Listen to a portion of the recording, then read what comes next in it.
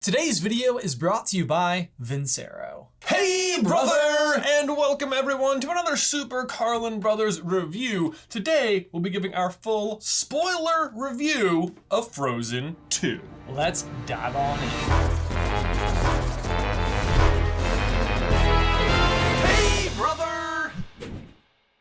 Guys, before we dive on in, I want to give a huge thank you to today's sponsor, Vincero. Yes, and if you've been a long-time viewer of the channel, you know that Vincero has been sponsoring the channel for a long time, and we just love their watches. Yeah, and right now they are running their biggest site-wide sale of the year. And if you head over to vincerowatches.com/SCB, you can get early access to this sale. It's all their Black Friday deals. As always, you have 15% off the entire site. Or if you spend over $200, you will get 20% off, and if you spend over $400, you get 25% off. Literally everything on the site is on sale, including the brand new line of watches, the Vessel collection, which Ben is sporting today. Ooh, yes, it is super, super cool. And guys, the other really nice thing about these watches is that if you get them as a gift, the packaging that they come in is just so nice. It wraps super well. We gave a whole bunch of these to our family members last year for Christmas, and it just comes out super impressive. Again, guys, if you want early access to all of their amazing Black Friday deals, you can head to vincerowatches.com/SCB.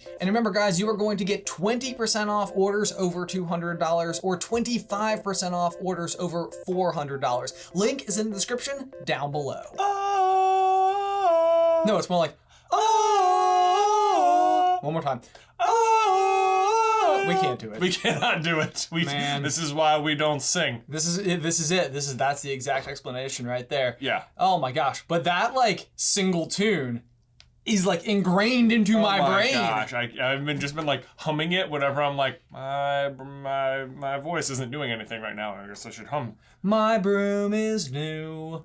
I haven't been adding words. No? Nope. Oh, okay. No. I don't have a new broom, but like I was just trying to think of like words that would play well with it. That definitely is the best choice of 4 words possible. My broom is new. My broom is new. Yeah, absolutely. New broom. If you guys have got that jingle stuck in your head, add some words. Put your jingle in the towel section down below. Yeah.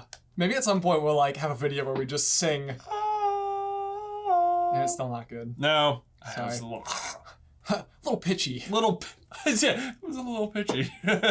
Maybe only one of you should do it. Welcome to the spoiler Frozen 2 review. Oh my gosh, what a movie. Like, so we're coming off of Frozen 1. Yep. Basically the most successful Disney animated movie. Yeah. Massive box office weekend. Yep. Early thoughts, initial thoughts. Yeah. Give me your feedback. Go. I really, really liked it. Coming out of the theater the first time, I was like, whoa, that was really good. I think the number one thought people keep asking or people keep wanting to know is like, do you think it's better than the first one? And I'll say right out of the gate that I'm finding it very difficult to even compare the two because they're such different movies. They are massively, massively different. Yeah. And I do think that makes that question in particular very challenging to go about answering. Yeah. Like this movie is like a pretty action-packed. It's a very heavy movie. There's some very heavy moments. And I think that like basically one of the things that Frozen 2 did very well is executing having really heavy themes and then interjecting enough humor so that you're not like being dragged down by the movie. Right. Because I think that could have happened. Right. My earlier off the cuff review is that if you remove those moments, the movie can be like a bit of a downer and the comedic moments are almost unnecessary. Oh, you think so? Like, ooh, maybe we should do like it'd be interesting to edit together like a cut without Frozen 2, but none of the jokes. Well, the number of things you can delete from this movie and for the story to still be able to like narratively go along is a lot. You think so? Like you could chop this movie into like a borderline short by taking out things that are irrelevant to actually like what is important to the story. Interesting. Yes. I hadn't thought about it like that. Yeah. It's interesting. Do we want to just like start from the beginning? Is there anywhere you really want to jump off from? No, I mean, the beginning is a very good place to start. You think it is? Yes. Yeah. You don't want to do like the middle first? We could go to the middle if you want. That Olaf song, am I right? It'll make sense when I'm older. What a message. What a message. No, I think, we can start at the beginning, because it opens with, what is the name of that song?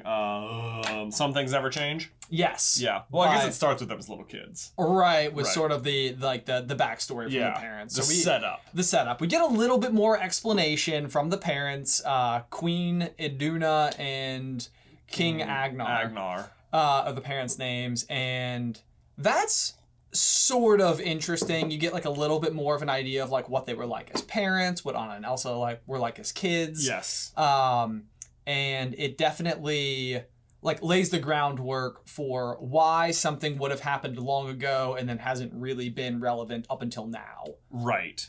Do you feel like that was executed well? Like, did you have any sense of like, why wasn't this a problem always? Right. Yeah, I do think they set it up really well. They even tie it into the reason the parents left eventually. Sure. So like as if stuff for the sequel was happening right there in the beginning of the first one and you just didn't know yet. Sure. Which was good. And then when you think about like everything, like the first one, you're like, how could it not come up? It's like, because the first one is so much just about like, it's such a tiny adventure comparatively.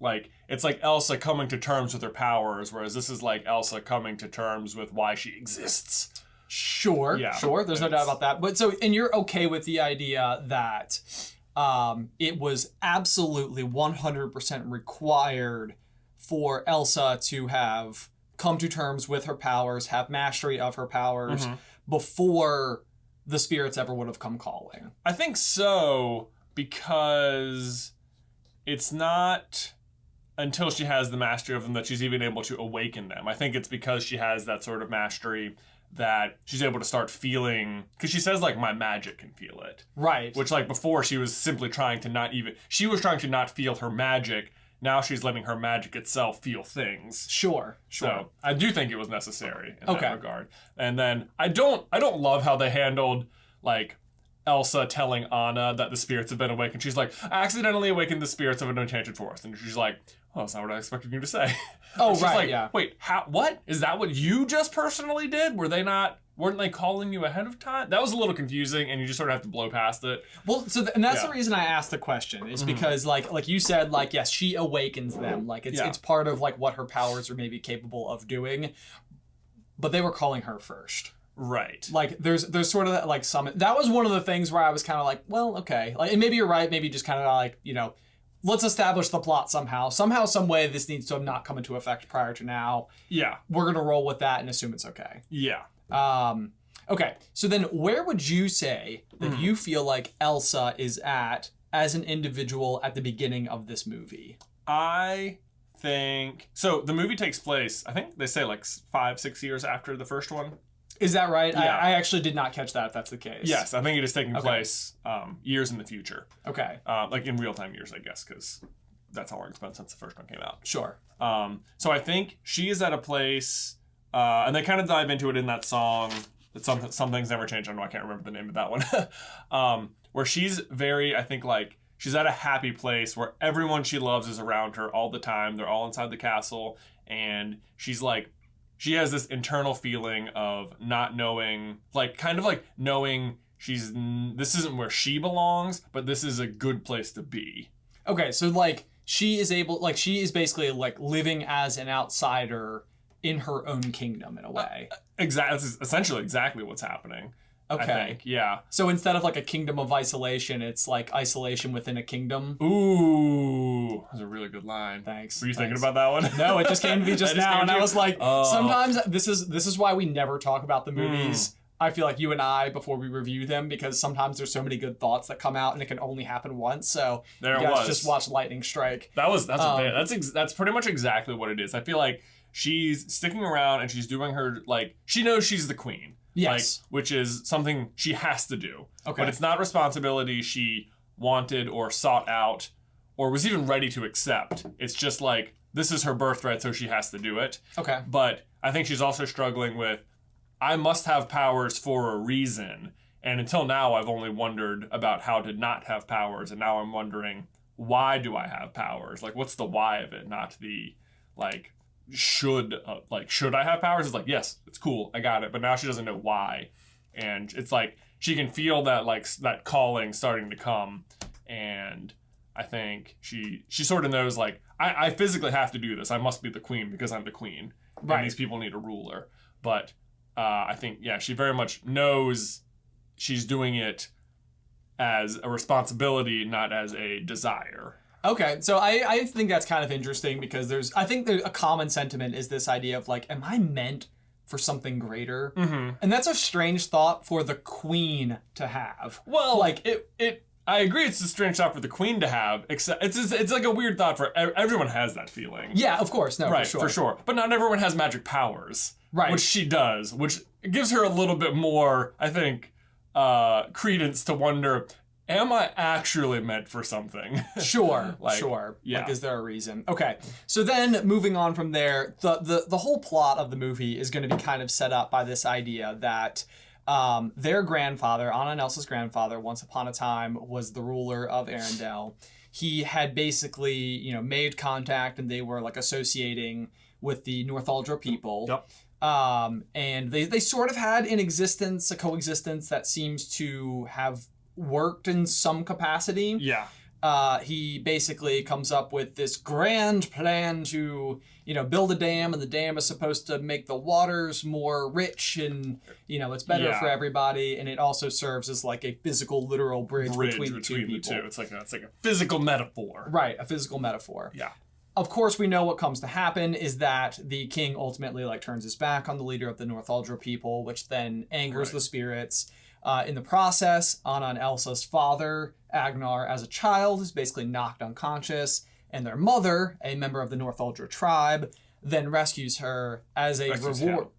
Rescues him. Then, as a reward for those actions, effectively, Elsa is given powers, right, and effectively becomes what I'm going to call the chosen one. I guess she is sort of the chosen one. I don't love the idea that it's like a reward. Like, that feels like you won something. I don't know. And they say, I thought, like, gift, I feel like is a better word. That's fine. Yeah. And I'm sorry, poor phrasing maybe. But I think what we end up seeing ultimately is sort of this idea that Elsa is quite literally, when you've got like one of her parents from the Northuldra, one of her parents from the royal family of Arendelle, she becomes like the firstborn bridge between these two tribes, right? So like the parents are like the people who like bridge the gap. And then what they literally create is Elsa. Right, yeah. Who then becomes like the living, breathing... Yeah, fifth element. Right, okay. Yeah. So here's where I think the movie takes on like some interesting choices as it pertains to like the inclusion of the other characters. Okay. Because effectively, I feel like Frozen 1, the original, Elsa is the plot. Right. But Anna is the main character. Sure. Okay. In Frozen 2, I believe that the spirits are the plot, Elsa is the main character, and almost no one else matters. Almost. Yeah. Like, their inclusion, I think every single other character's inclusion in this movie is ramped up by the requirement of that you can't have them do nothing. Right, they need to be in the movie. They need to be in the movie, but you kind of don't need them. Mm-hmm. So, well, there's, except for the fact that Anna is the one who leads like the big golem guys at the end to the end. Sure. Right. Which I have thoughts about. We can go back to I know. that. It feels like, did they do that so Anna had purpose or whatever? But I'll come back to that because I feel like Anna and Elsa, okay, not to take a hard left turn or anything, but I was thinking about like, what is this movie like? What is like the messaging of this movie? I'm having a hard time answering that question. No. I'm curious to hear what you have to say. All right. I think it has two, and they're both spearheaded. Well, I thought there's like, I'd say three. I'd say three big ones. Okay. And they're spearheaded by Anna, Elsa, and Olaf. The first one, that's the most basic and easy, is Olaf, who is going through like, who sings songs about transformation and things like changing and stuff like that. Okay. And, you know, he walks in and he's like, I think this is going to transform all of us. And I don't know what that means. Olaf's hilarious in this movie, by the way. Olaf is hilarious. He's amazing. We can talk about that. Yeah. But so anyway, and I felt like that has to do a lot with, that's why like everything's fall is part of the theme as well, which I thought was interesting because when you see the trailers, you're like, oh, the last movie was about winter and now this one's about fall. But like winter was like a theme of the first movie to the tune that Elsa has ice powers, whereas I felt like autumn and fall were a theme in this movie to the tune of everyone's undergoing a transformation, and fall is a time when all the leaves are changing colors. Sure. So it's like the fact that it's fall almost doesn't matter, except that it just adds to that particular theme. Sure, and it's a little bit like symbolic of the idea of transformation. Yeah, the idea of transformation. Yeah. And I feel like there's a bit of a, almost like, that's almost like a little bit of like a, I want to say like meta theming happening going on, because, sorry, that sounds really pretentious. But I think in particular, this movie was made like specifically for the people, the intended audience aged up from the first one. Like, I think this movie, like, if the movie, let's just say, was made for 12-year-olds, like Frozen 1 was made for 12-year-olds. Sure. I think this movie is specifically made for 18-year-olds. For those exact people who loved it as kids and who have aged up exactly at the time. Like, so so basically, if you're Disney, you're not creating Frozen 2 for 12-year-olds again. Right. You're trying to like recapture the audience. Yes. You are literally trying to recapture the...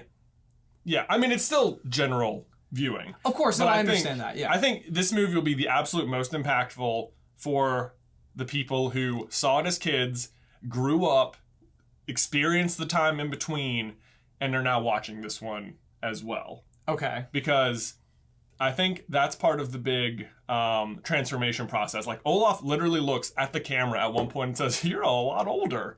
Like, he breaks the fourth wall and talks to the audience. Like, he's talking to those kids who saw it as movies. To the 12-year-olds. Yeah, now to the 12-year-olds, now okay. 18-year-olds.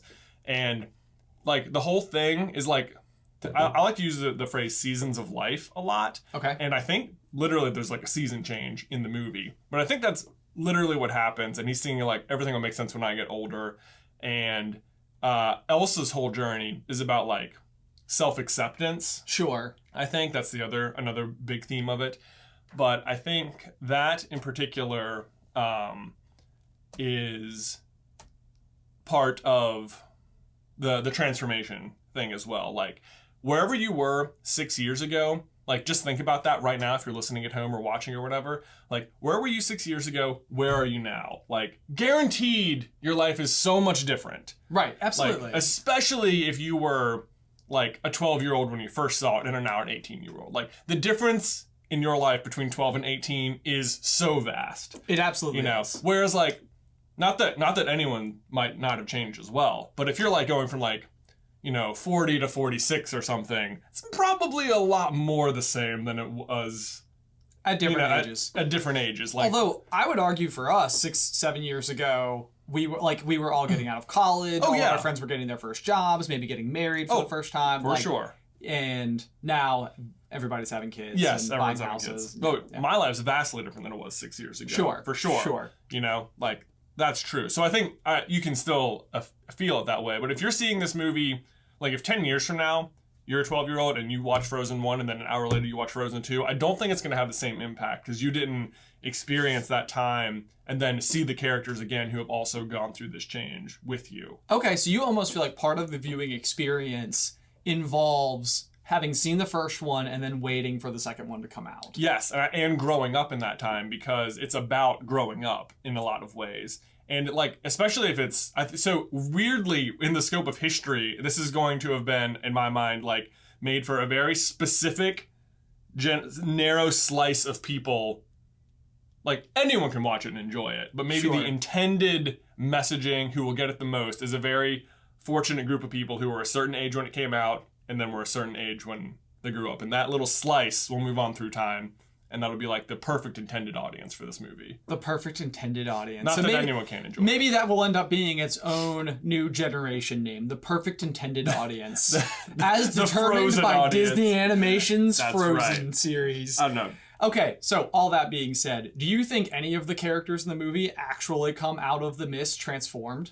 I mean, Elsa literally transforms.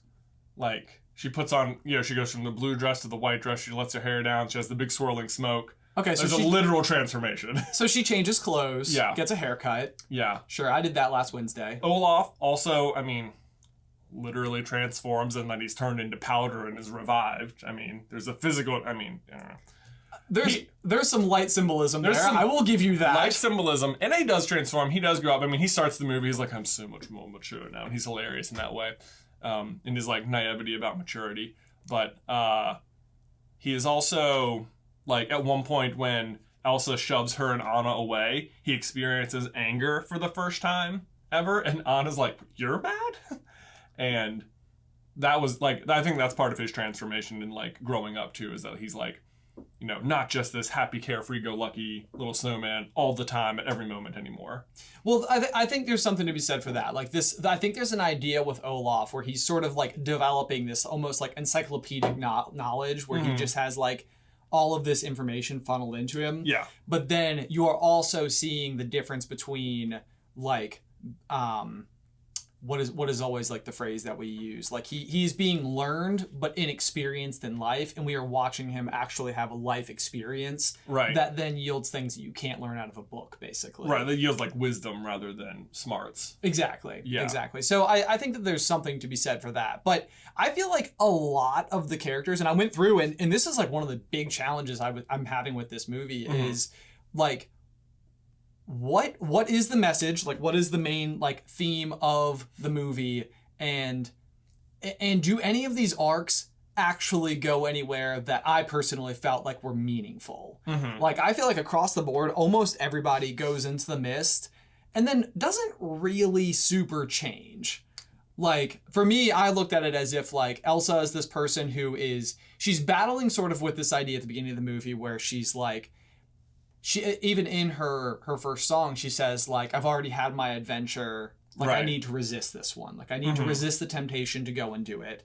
And then she immediately is tempted by it and goes after it. Right. And immediately she wants to go off on her own, and Anna immediately doesn't want her to. And like as she's just like navigating throughout, it's sort of like even the decision to like send Anna and Olaf away. It's like she's sort of like continuing this idea of like, no, I need to go off on my own. And just, I don't know, like I felt like sort of all the way throughout, like the end of the movie literally reaches the point where Elsa decides, I'm going to go live on my own. Right. Like, I need to be independent. I need to be independent. I need to do this alone. I need to do this alone. I'm going to go live alone. And it's like, I think maybe she feels that, but I think Elsa undergoes probably the greatest transformation on the other side of things, I guess. Like, I've been listening to her final song, which is my favorite one, which was Show Yourself. Yes. The one she's singing like in the cave as she's like skating down the glaciers and doing all the really cinematic, beautiful stuff. Which is like, gosh, what amazing animation in that section of the movie. Sure. That was really awesome.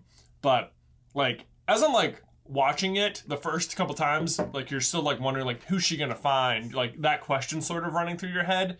Once you know what she finds, and you're listening to it again, I feel like it has like all these extra layers of meaning all the way through. I've just been listening to that song in the car because it's really good, and you should go listen to it. But very succinct of you to say. Yeah. Yeah. It's very good. It is. But okay, so the whole song, she's like searching for whoever's calling her, right? And she's determined that whoever is calling her is going to have the answers to who she is and stuff like that, and like why she is and like what she's supposed to be and all that. And she keeps saying, show yourself, like, who are you? And then she gets in there and it's herself. Like, that's who she finds. And, well, I'm getting emotional. Yeah? Yeah. It like, I don't know, like really started hitting me listening to it. Like, she like doesn't know that it's herself. I don't know. I'm having trouble putting it into words. But like, that she thinks she's talking to someone else, but like, she hasn't really accepted who she is. Like, that's why it's so hard for her to be the queen, because she's having to like pretend to do that. Okay. I think that that's interesting, because I would argue that the entire first movie is about Elsa finding herself and understanding who she is and coming to terms with what she is. Mm-hmm. And I think that for me, I love the song, but I think that whole scene doesn't make sense to me. Oh, I do, because I think the first movie isn't necessarily coming to terms with herself. It's coming to terms with the fact that she has powers. Okay, but I feel like the powers are intended to be a metaphor because not all people have powers. The relatable message with there is like the things that make you who you are things that are okay to embrace. Yeah, I agree with that. And so for me, I thought it was very strange because even the trolls at the very beginning of the movie, like they warn Anna, it's like these powers, like don't let her go too far. And Anna's like, I won't let anything happen to her. And then like, finally Elsa is like, she's facing down like these big heavy waves. She's doing all this stuff. She's being attacked by, the water spirit, like underwater. She like conquers the water spirit. She's like, breaking free. There's like the chills moment where she's like literally galloping across like, the surface of the water, which is absolutely gorgeous. She finds, the glacier river, which I feel like is super fitting because they've always heard of this river and it's like, it's a frozen river. And that's like very like, very Elsa-like. But then I feel like what Elsa is unfolding the entire time she's in there is like she has found the place. She has found the home of information and she's like watching it all come together and she's able to see all of these past scenes and events that like have all led to where they are today. But no part of me feels like her trying to right this wrong, trying to seek, the answer to the question is her falling victim to her own desires or something like that, like pushing it too far. Right. To the point where it's sort of like the further in she goes, it's like she's gone too deep all of a sudden. Yeah. And I just don't agree with that. It's like her effort to attempt to find the answer to this question ultimately leads to her freezing to death. Yeah, I still don't totally understand why she freezes. Sorry. That doesn't make sense to me. They say it in that little song, that lullaby their mom keeps singing, like, don't go too far or you'll drown or something. Right. And it turns out they're like more like instructions for what to do when you get there. And there is that moment where she's like staring down. But it's weird because the point of the movie, or else like the resolution to the plot is that they need to right the wrongs of the past, which means destroying the dam. And she can't learn that information if she doesn't go down there, because that's where she learns it. Right. But she can't go down there or she'll die. So I'm like, I feel like her freezing part is mostly the Anna needs something to do part of the script. Okay, and I'll come back to that over and over and over again, is the fact that I feel like this is Elsa's story, and I don't think that Elsa finding this thing, like I feel like the entire spiritual journey, Elsa ends up like ultimately being like weirdly punished for, where I don't think that, for me, at any point in time, the way that she is seeking information is a negative.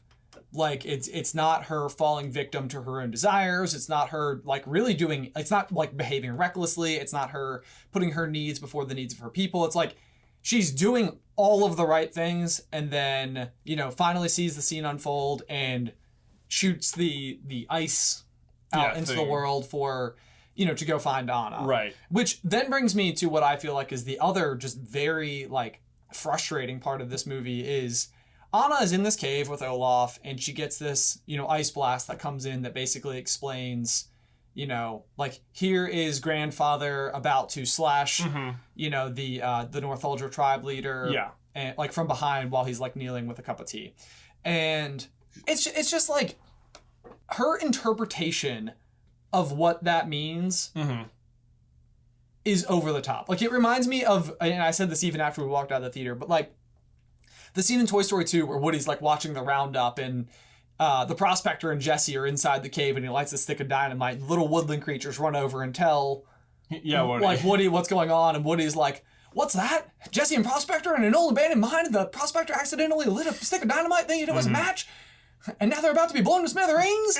And they're like, Yeah. That's exactly what I felt like Anna's interpretation. It's like, oh my gosh, grandfather, who we've never met before, was actually going to slash the Northuldra leader in half, and because of that, it means that the dam that he built as a treaty to, as a representation of the bridge between two people is actually designed as a way to, like, destroy their waters and move them away, and now we need to go and destroy the entire dam? Right.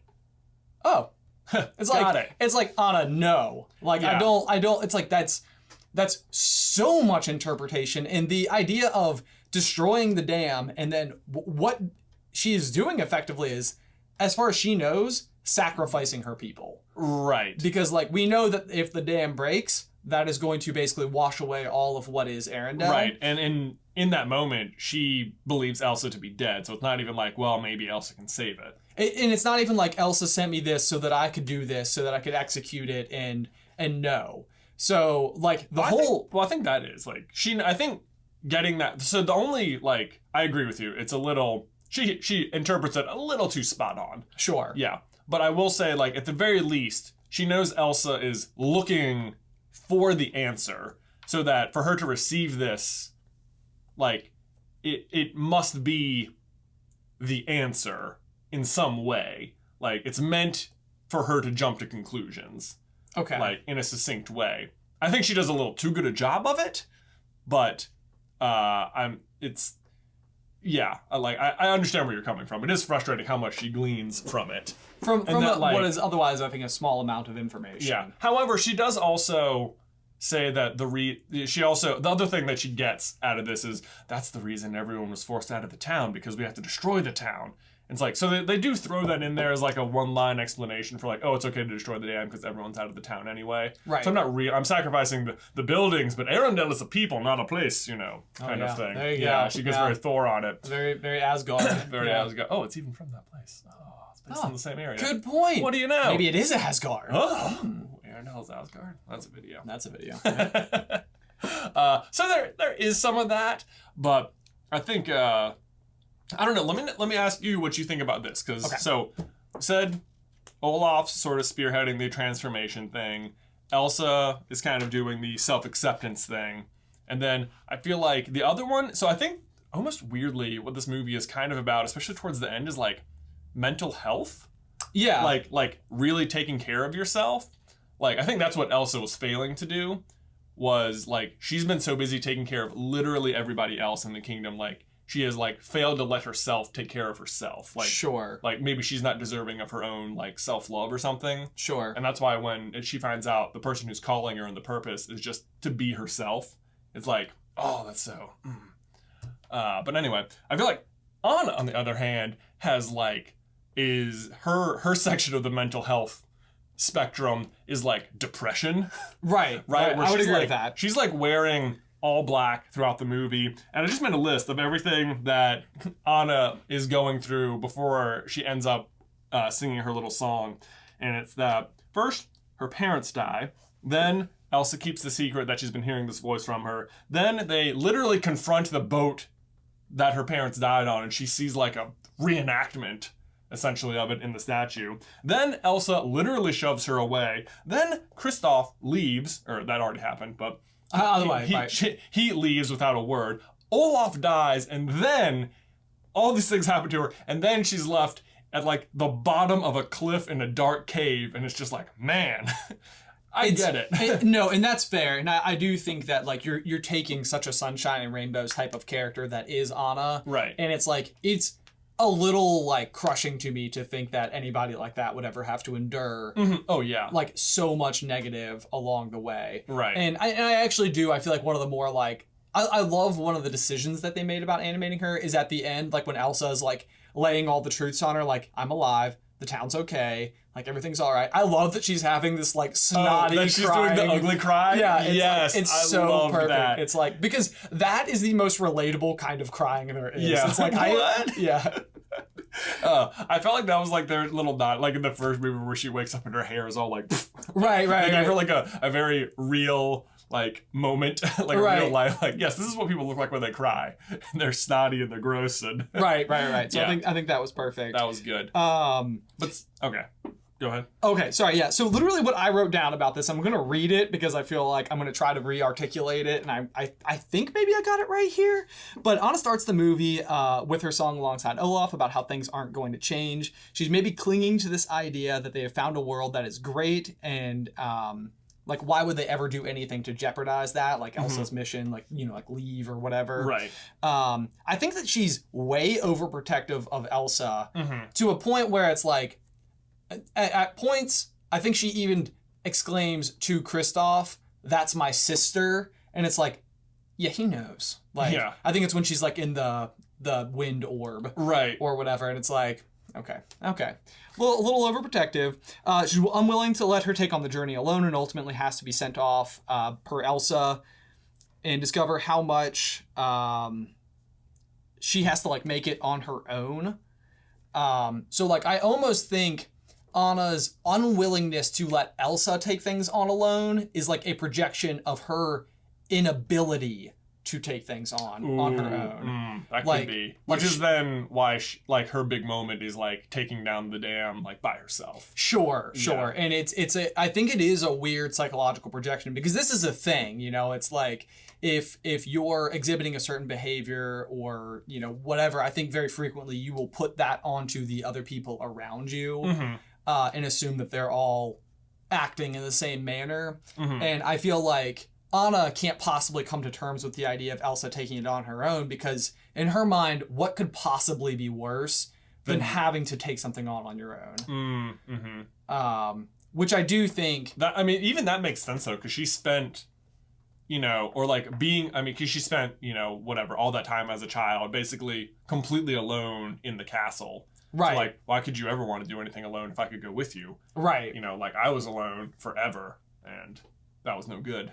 Right, yeah. Exactly. I'm not going to let you be alone. Right. So yeah. I think Anna is like, I think maybe that, and that's the best transformation explanation, and maybe it took me until this conversation, is sort of the idea that Anna has become dependent on all the people around her, maybe because she grew up with such a childhood that involved her... like isolation. Exactly. Yeah. And so it's like the gates are open, people are around. Why would we ever not to be, like, ever want to go back to the idea of being by yourself? Yeah.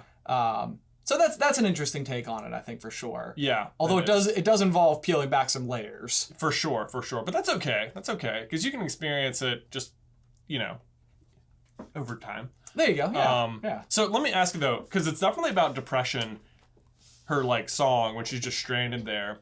And, like, her way out is basically to tell herself to, like, just do the next right thing. Yes. Which... I mean, it's an effective song, and it's a really cool sequence where she's, like, climbing out and, like, kind of... But it's almost like... She's almost like...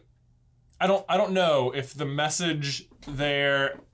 Do you think an appropriate interpretation would be that, like, if you find yourself extremely depressed and alone, just hike up your pants because you got stuff to do? That's... you know? That I think I found something a little, like... the dots weren't connecting so much to the idea of... continuing to take the next step forward is congruous with doing the right thing. Okay. Okay. Like a step forward is not necessarily... I mean, and maybe symbolically, if you wanted to call it a step forward, but like I think she literally says, like, a physical step. I think in the song she says she can't see past the next heartbeat or something. Like, that's how, like... stuck she feels, right? You know, right, and it's right. like I get that is maybe a good thing if you're like depressed. Like, just you got to keep moving forward. Like, that's probably a pretty good. I'm no mental health professional at all. Good disclaimer.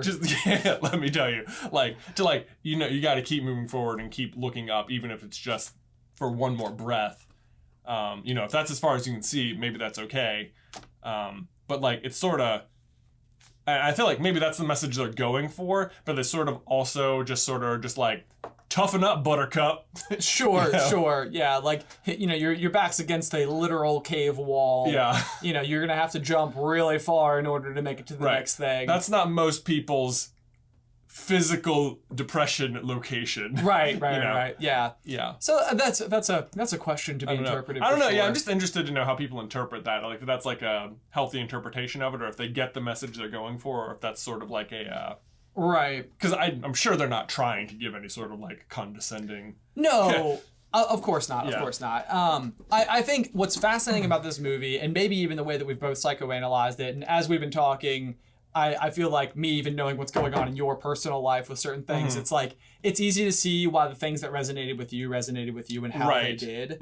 And we were in Salt Lake City this past weekend. We were doing our movie meetup for it. So you and I spoke to 300 individual people about what their thoughts were. And it was fascinating to me that so many people had wildly different moments where it was like, oh, that's the one that got me. Like, when this happened, that got me so bad. It was like, man, so this movie, I think, must have just packed in so many relatable circumstances in so many different corners of the movie that, like, depending on who you are and what you're going through, somehow, some way, it was going to speak to you. Right. Yeah, they definitely, like, poke you in a lot of different spots. And, like, it seems like everyone has most of their guards up. But, like, it seemed like most people, like, the movie found a way to, like, poke through their defense in, like, one spot or another. To get the pressure points. Yeah. Yeah, I think so. I think so. So that is, like, I think the movie is very well executed. Yeah.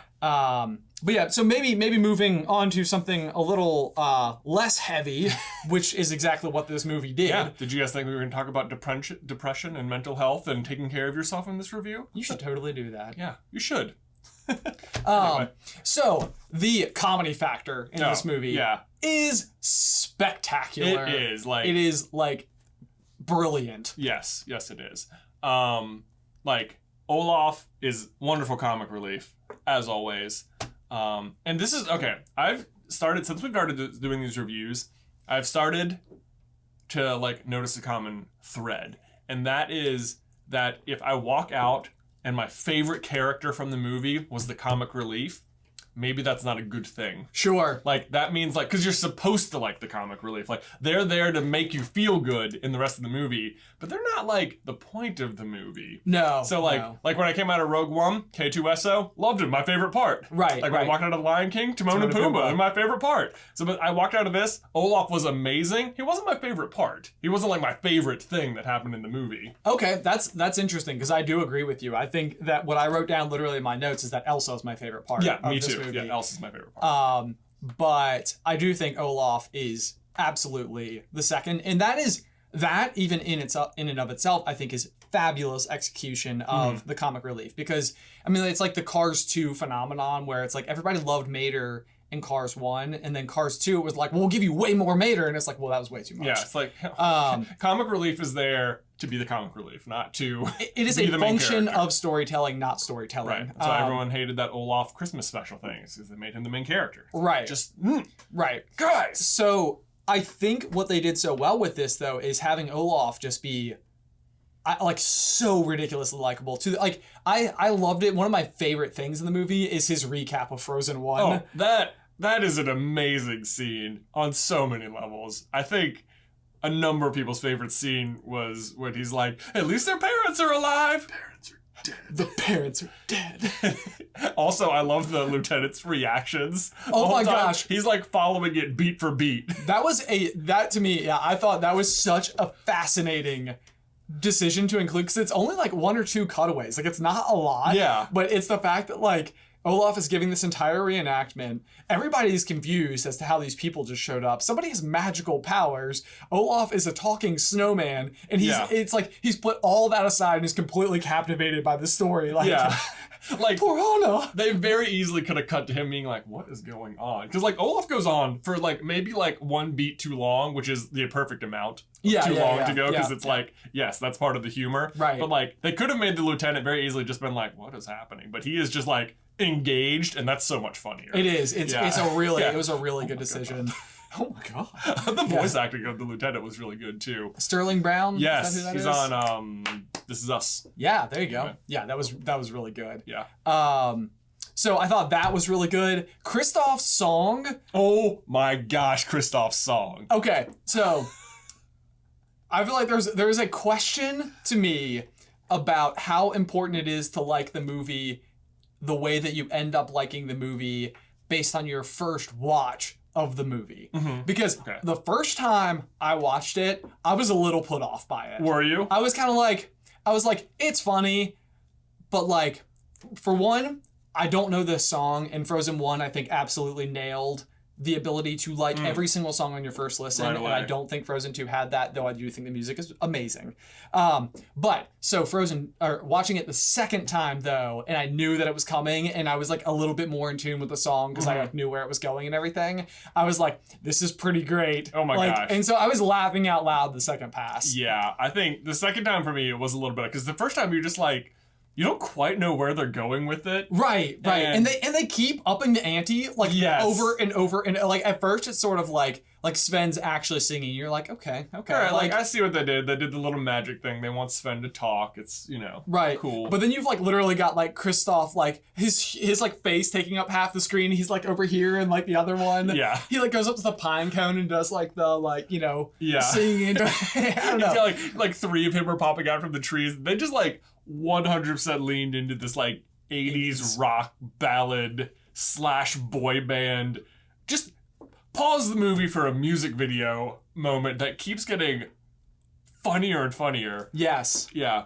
And I think this is, for one, I think Kristof is basically irrelevant to the story. Basically. He has one beat the whole time attempting to propose to Anna. Yeah. And I don't really think even in the end he is that much better at proposing to Anna than he would have been at the beginning of the movie. Yeah. Like, I don't think at any point in time he has the wrong intentions when it comes to his love and relationship with her. It's like, it's pure from the beginning, it's pure in the end. The whole time he's trying to do it, he's kind of picked okay-ish moments. Even at the end, it's only an okay-ish moment. Yeah. It's like, you just had a massive reunion where you thought your sister was dead and your entire city was gone, and now I'm just gonna go ahead and like swoop in here. It's like, dude, choose your own thundercloud to strike from. I think what happened is in Frozen 1, the voice actor of Kristof, Jonathan Groff, was not, like, he hadn't quite exploded yet. And since then, he has super exploded. And his agent deserves, like, a huge box of chocolates. Well, because he got him a song and, like, the limelight. The spot, like, quite literally a spotlight. Yeah, in the movie. So I think he had to have a song. Well, he had to, because that was a big critique from Frozen 1. Everyone was like, you didn't give Kristof a song. Right. Like, Olaf and Anna and Elsa all got songs. Who's the other main character? A Broadway actor. Yeah, Broadway actor. Can he do it? He's on Glee. Come on, man. Right? Does he have the pipes? He does. Oh, turns out he does. Yeah. I will say, though, that from the moment that song ends, he is just out of the movie. Yeah. That's like, okay, there's your spotlight. You're off. You're lost in the woods. Cool. See you later when you come save Anna from that one step from the giant, and that's the other thing you do. Right, yeah. We needed that. Yeah, totally. Totally needed that. Mm-hmm. Yeah. So anyway, I thought comic relief, Kristof, Olaf, I think it's all well executed, if not a little unnecessary.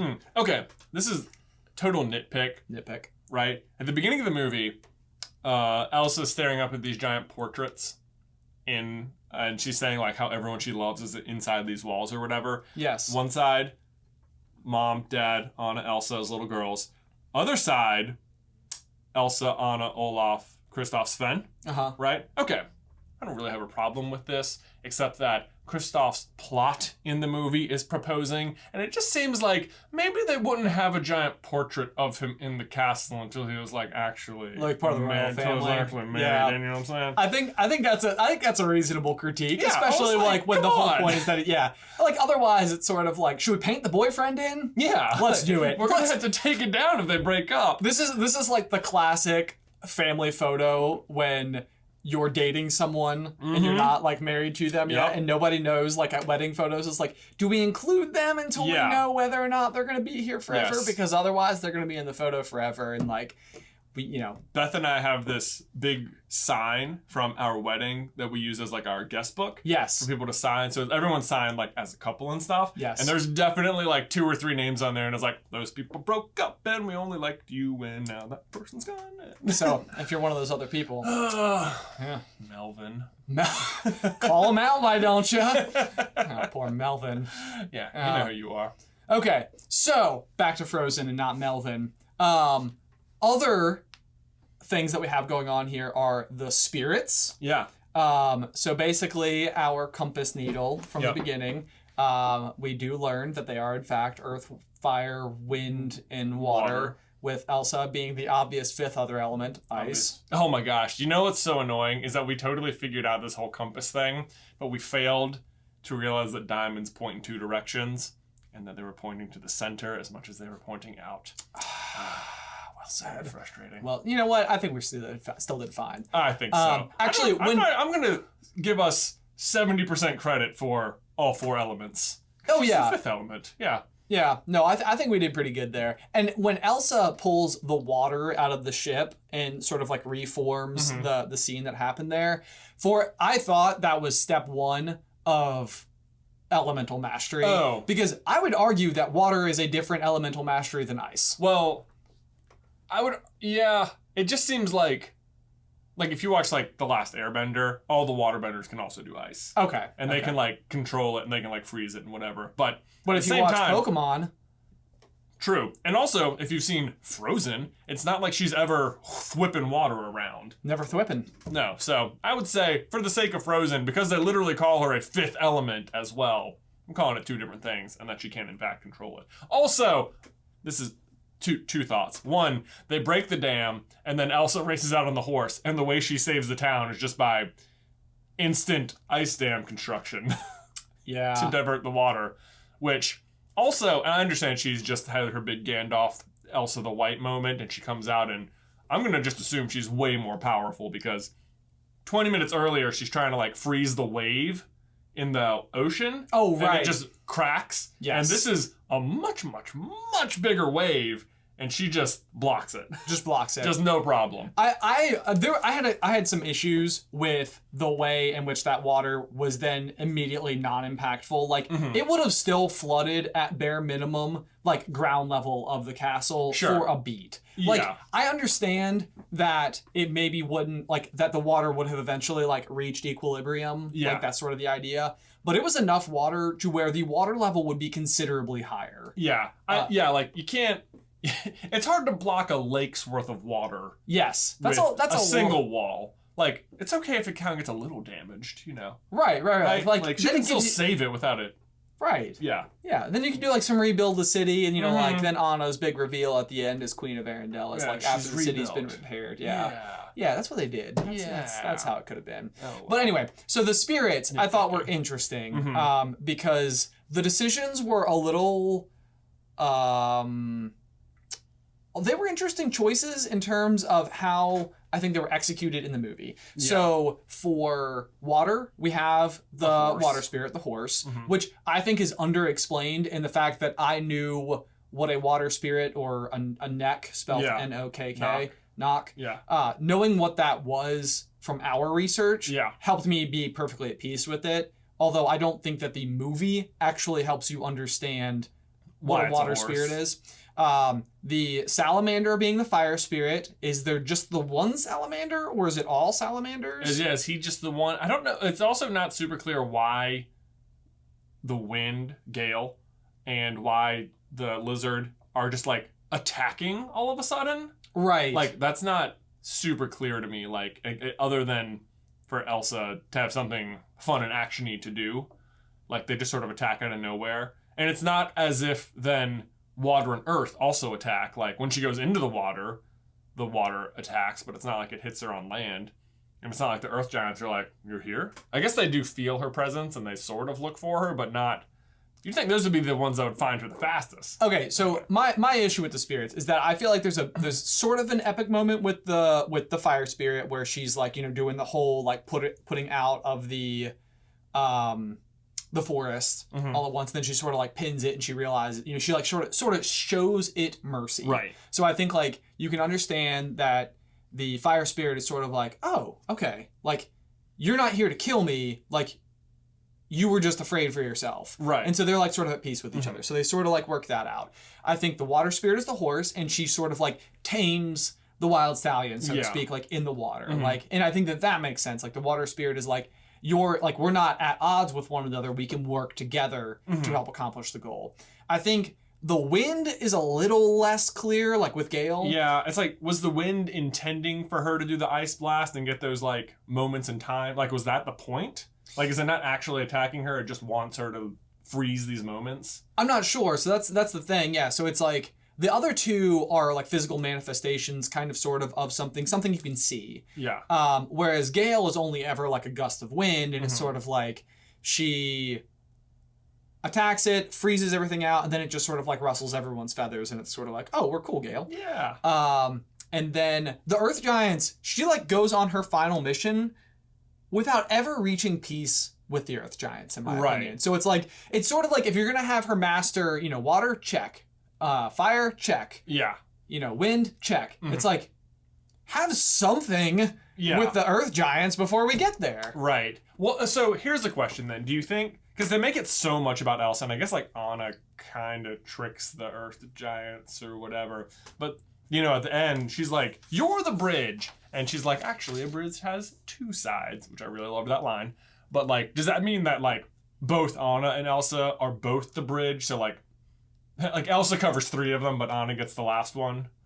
Like, is it okay that they both get some, or is it all about Elsa? See, that's the thing though, is that like I'm not sure. I mean, I guess there's something to be said for that, and like in a way, Anna is just as much both Northuldra and Arendelian as Elsa is. Like, you know, they both represent that. Yes. And I think that, I don't know, like I feel like this is Elsa's story, and I don't really think that tricking the Earth Giants is quite the same as the taming of the Water Stallion or the Lizard. Yeah, I kind of agree. Like, it would have been one thing if she, like, convinced them to destroy the dam. Yes. As opposed to trying to destroy it or trying to destroy her and hitting the dam. Right. But what can you do? Okay, so sort of, I feel like we can wrap up here because we've been talking for a little while. A little bit. I have a couple questions for you because I specifically wrote down answers, and I'm sorry to put you on the spot without any preparation at all. That's fine. But I'm going to ask you favorite song, favorite character, and least favorite character. Oh. So favorite song first. Go ahead. Favorite song is Show Yourself, for sure. That's actually the same as mine. Yeah. Okay. Which I said, what actually caught me, what is her first song is... Into the Unknown. Into the Unknown. So, for whatever reason, in my mind, walking out of the theater the first time, I was sort of like, oh yeah, Into the Unknown, like my favorite song. But I think that's because I, for whatever reason, was just placing Show Yourself as like a reprise of that not. song. And it's not at all. They have the same sort of like that. Want to try it again? Yeah. We can't do it. Yeah. Anyway. But yeah, no, so I think what I was thinking was the ice cave scene was my favorite song, but I was calling that Into the Unknown when it is very much its own song. Well, so it was sort of weird because the marketing, like they released Into the Unknown like on Instagram like a month ago, and it's sort of like I can't believe they would put like their Let It Go ahead of the movie or something. But I was like, it wasn't it. It's because it wasn't it. And I think because of that, a whole bunch of people we spoke to over the weekend were saying Into the Unknown was their favorite. But I think Let It Simmer for a couple weeks. Yeah. And this is going to totally, it's going to shine through. That said, a lot of people, I feel like, let me know in the comments if this happened, if you got Panic at the Disco'd. Oh, Panic at the Disco. This was a thing that happened, and I'm so curious about this because it was the weirdest thing. But so many people that we spoke to had this phenomenon happen where they were specifically attempting to avoid listening to the soundtrack for the album. Which I agree with. Which I totally agree with. I think it can have spoilers, and it's better to get it like the first pass. Yeah. On a Broadway show, I would say I would disagree with that, and I would rather know the music before going to a Broadway show. Anyway. Different thing. But... what happened to a lot of people, and I don't know if there's weird overlapping certain circles with SuperCarlinBrothers and Panic at the Disco, but a lot of people were listening to... That's the collab people are waiting for. Right? They can sing. They can, better than us. Yeah. A lot of people were listening to like the Panic at the Disco, like Spotify, Pandora, channel. Yeah. And they were getting the Into the Unknown. Right, like it just got added to all the playlists because it's their new song. Right. So they have heard... and that's the song that plays at the credits, by the way. Yeah. So they had heard Into the Unknown, like, by accident in advance of the movie. Right. And that was, like, a funny thing. So be sure to let us know if that happened to you, because I thought, I mean, we must have had 10, 12 people tell us this exact same thing happened to them. And it's like, what a weird thing for so many people to bring up. That said, I love their version. It's very good. It's very good. I think it is one of the better artist renditions of a song. In the movie. Favorite character? Elsa, we already said that. Yep, I think Elsa for sure. Yeah. I think she continues to be just like a insanely cool character. Like when she is actually being attacked by the wind when they first get into the forest, and she does this like woo, and like lands on the ground, is like blasting ice in either direction. I like got chills. I was like, she is so cool. Yeah. Like, such an awesome character. I feel like even that moment, because the tornado has all of them, and it just like like spits out the other characters, and that was like the movie saying like, this movie is only about Elsa. Right, it is. Like, we're not here for you. I'm just here for this. Right. Whoosh. Yes. Yeah. Yes. That was I gave Olaf my honorable mention Of because course. I love Olaf and I think that he was fantastically executed. Hopefully that statement ages well.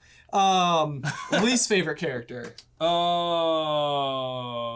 Least favorite character, like of the main crew. Yeah. I guess. So, I mean, Kristof just does the least. He's just kind of pointless. Well, I'm sorry. The people in the forest are kind of pointless.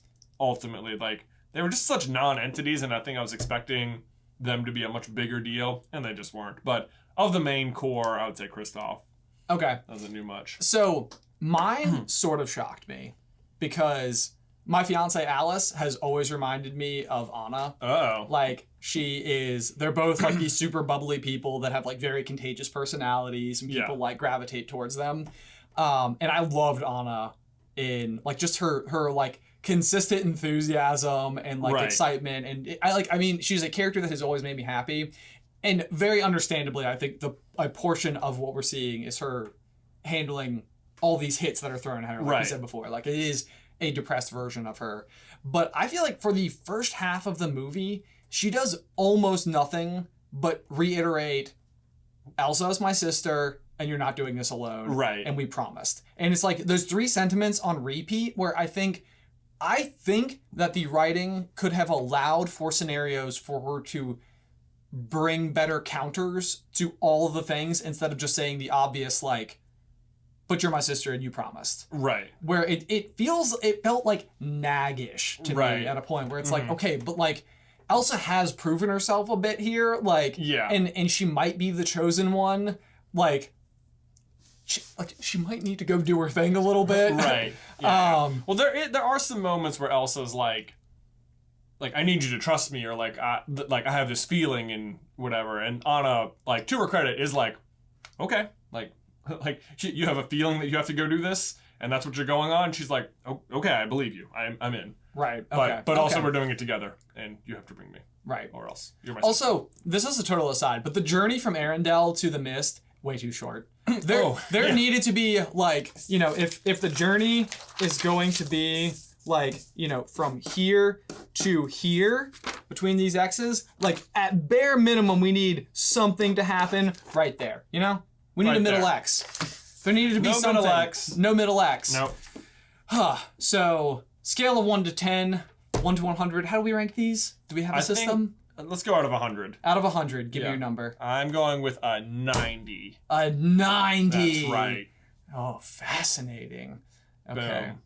I think I would give it an 81. An 81. Ooh. 81. Less 81. Less so positive. I have been giving this an enormous amount of thought, and I've been having a hard time with it.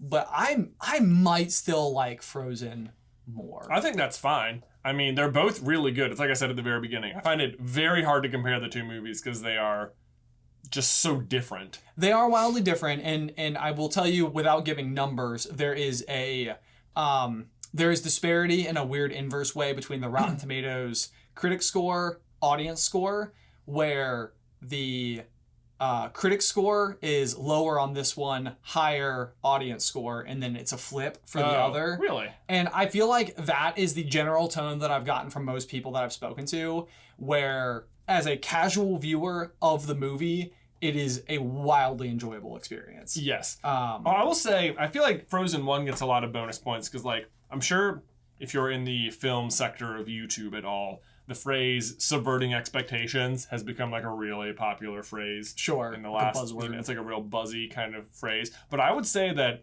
Frozen 1 was like the super mega popular thing that like really did that first.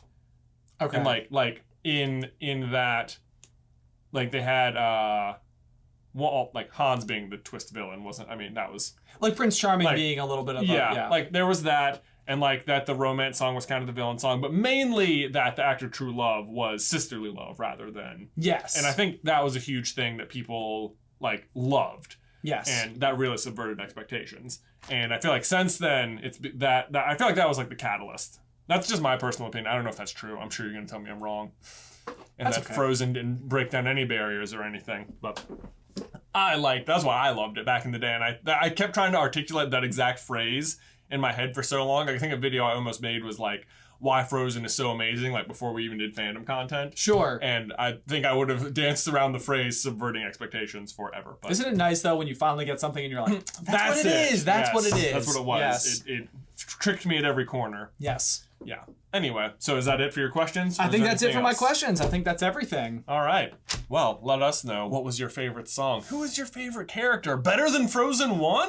I don't know. There are so many things to discuss about this movie. There's a lot. So be sure to leave everything in the towel section down below. Again, guys, do not forget to go and check out vincerawatches.com/SCB so that you can get 15% off your entire order or 20% off orders over $200, 25% off orders over $400. Links to that is in the description down below. Thanks again to Vincero for sponsoring today's video. And if you want to see our other movie reviews, you can check out this video or this playlist right here. Or if you just want to see our other Frozen videos, you can check out this playlist right here. But until next time, bye! Nailed it.